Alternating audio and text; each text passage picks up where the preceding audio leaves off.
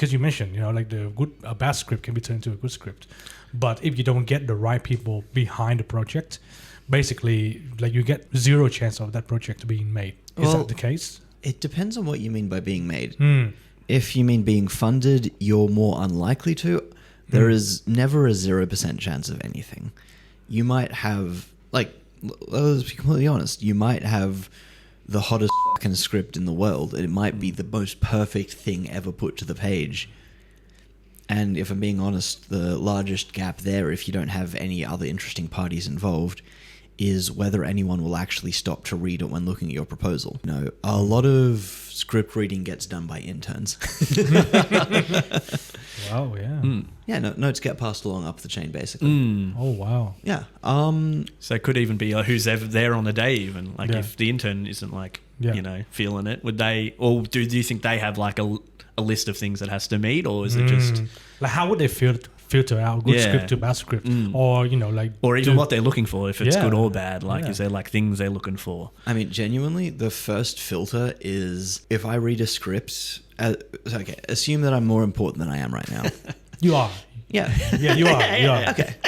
So if I'm reading a script and I give a series of notes and I send the notes back to them, before I even bother with anything else, I want to see at least some of those notes attempted in a new draft. And so one of my pieces of advice to writers is do not ever, ever, ever pitch your complete, absolute perfect version of your script. You should always be at least a draft or two away from where you want it to be when you're approaching someone for funding.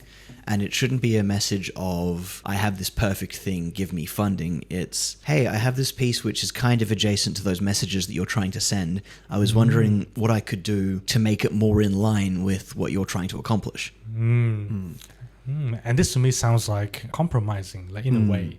You're helping them and they're helping you in a way as well. Well, what's great and what's terrible about film as a medium is it's one of the slowest to happen, and it's the most collaborative medium, perhaps except video games, but I don't know shit about that to talk on any.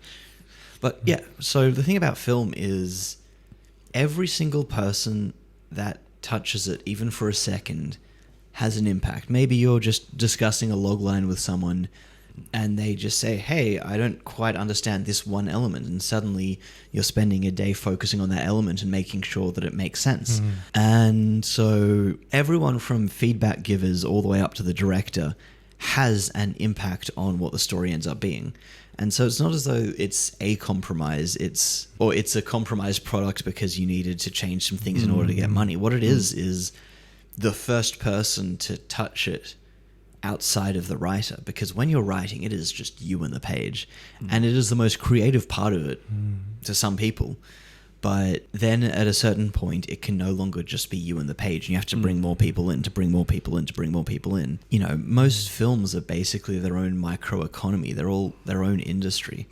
It starts, it exists, and it dies, and then the cycle begins anew. That is the end of the episode. Let us know what you think about the conversation in the comment section below, and smash that like button. Ring the bell and subscribe as well, and you better be back next time. And we will see you in the next episode.